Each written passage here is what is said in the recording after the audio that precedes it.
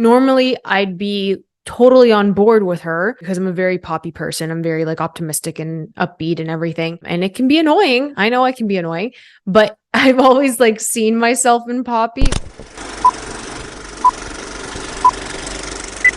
Hey everyone, welcome back to Candid Cinema. I'm Amanda, otherwise known as AMX NDA Reviews on Twitter, Instagram, and Letterboxd. Today I will be reviewing Trolls Band Together, and I want to give a huge shout out to Universal for giving me the opportunity to watch this ahead of its premiere and review it for you wonderful people. I love the Trolls films. I thought they were a lot of fun. I think Anna Kendrick and Justin Timberlake have really good chemistry. I feel like the Trolls films were on another level for animation just because they incorporated so much music and dance numbers and singing. I think that's what made the Trolls films unique and so exciting, because you know that Anna Kendrick has an awesome voice, and you know obviously Justin Timberlake has a great voice, and they would bring in other singers, they would bring in other artists, and it was just a lot of fun. The characters you grow to love, and I think that they have wonderful themes in each film, and it's more of like a journey as well. They have to get from point A to point B, and they're singing along the way. They meet new characters, and I think that's what made the Trolls film so different. But Trolls Band Together was a huge disappointment, and I love the first two films. Okay, here's the thing. As an NSYNC fan, I was very excited to have the boys back together, and I had thought that NSYNC would have been together as Brozone, which is the band that Branch is a part of. And we see that at the very beginning, how they were dismantled, how they all kind of left each other, and Branch was left by himself because he was the baby of the crew. And each brother just had their own arguments amongst the group, and they wanted to go like have a solo career. They just weren't understood. All of the standard things that go into boy bands. So at the beginning of the film, I had thought that Brozone was voiced by NSYNC, which would have been so special and awesome if we carried that out throughout the whole film. I thought that would have been really cute. That's not the case. So by the time we get to the ending of Trolls Band Together, when NSYNC does come out, it was 5 seconds. So I just found that really odd of a choice, considering you're marketing this as like, oh my god, NSYNC's coming together. It's literally band together. It's band together. Why would you sell it like that and then just have like a 5-second get together at the end of it with the actual trolls? It just didn't make any sense to me. But even getting there, it felt weird. I think it wasn't written well. The jokes didn't really land, and I know that it is, you know, geared more towards children. I'm not the key demographic here, but even like these animated films are supposed to be enjoyable for adults as well. Like it's a family film. There were some laughs, but it was out of awkwardness. And I think that having this as like Branch's journey to go find the rest of his brothers in order to save one of them was a good concept, but it was overpowered by the actual road trip that they have to take because Poppy went with them. And normally I can deal with Poppy's optimism, and she's so excitable, and I love that to counter like Branch's cynicism, and I like it. But she really was overbearing in this one, and she was like pushing him into, you know, weird situations that he didn't want to do.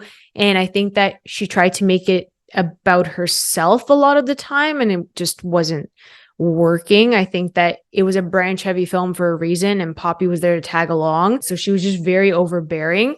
And normally I'd be totally on board with her because I'm a very Poppy person. I'm very like optimistic and upbeat and everything. And it can be annoying. I know I can be annoying, but I've always like seen myself in Poppy. I don't know. It was just disconnected. I think even the whole wedding with Bridget and the prince, it didn't work either, because even the editing was a massive issue here, and you had to somehow have like Bridget on her honeymoon going the same track as like Poppy and Branch, so they weren't excluded, but it just did not fit whatsoever. Then you had the villains who were Velvet and Veneer. Andrew Reynolds should do voice acting for an eternity because he's so funny. He's even in Invincible, and he's so great.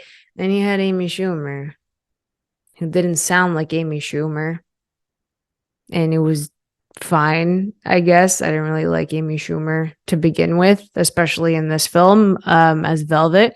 But these villains, these siblings, are these amazing pop singers. They steal the talent from one of the trolls, from one of the brothers. So he's stuck in this like perfume bottle that's made out of diamonds, and they spray his talent basically on them every time they go perform. So he's slowly dying. And one of the brothers tried to go save him, but he couldn't do it because they needed to hit the perfect harmony. All 5 of the bro zones need to come together to break their brother out of the diamond perfume casing. The story didn't work for me. Laughs didn't work for me. I was very disappointed because I always had such a good time with the other 2 Trolls movies. But the main issue here, apart from everything that I just said, there wasn't enough singing. Like, there were no musical numbers. There's one at the beginning, and then one at the end, and then like a little small one in the middle. There was no singing. This franchise is known for singing. These movies are known for singing and having like these amazing mashups and medleys, which they did have, but it was just so short-lived that each time they did bring in like, you know, a Boys to Men song, or they brought in an NSYNC or Backstreet Boys mashup. Like, it was really cute that they had the bands in there together, that they were singing their songs, like 98 Degrees. All of those references were great. I wish they expanded more upon that, or maybe even brought them in if they could. I thought that would have been amazing. That didn't happen. I was very disappointed. Sure, it's colorful and vibrant, and they went on an adventure. That's great. And it's all about family and reuniting with your family and being honest with each other and communicating. Like, all of that's there. And even if you have disagreements with your family, you can work through it. They love you no matter what happens. So I get that sentiment, but everything else, I was just so disappointed in. I gave Trolls Band Together like a 1.5 out of 5, because I don't really think kids are gonna vibe with this. I was at a screening. It was a fan screening and a press screening. There were children behind me, and they were like critiquing it behind me, and they're like, I'm very disappointed. That was very underwhelming. And like, these are kids sitting behind me, and I'm like, you know what, man? I agree. So I'm at a 1.5 out of 5. I'm pretty sure it is going to make bank at the box office. All Trolls movies do. Please just lower your expectations for the NSYNC reunion, because it was the most disappointing aspect of this thing. So disappointing. So if you guys enjoy the Trolls films, let me know why in the comments below, as I've just expressed. If you guys enjoyed Trolls Band Together, let me know in the comments below. And if you guys enjoyed this video, please like and subscribe. You can always follow me over at AMX ND Reviews on Twitter, Instagram, and Letterboxd. And if you guys want to help me grow this wonderful channel, you can find out ways to do that in the bio below. I'll catch you guys next time. Keep watching movies.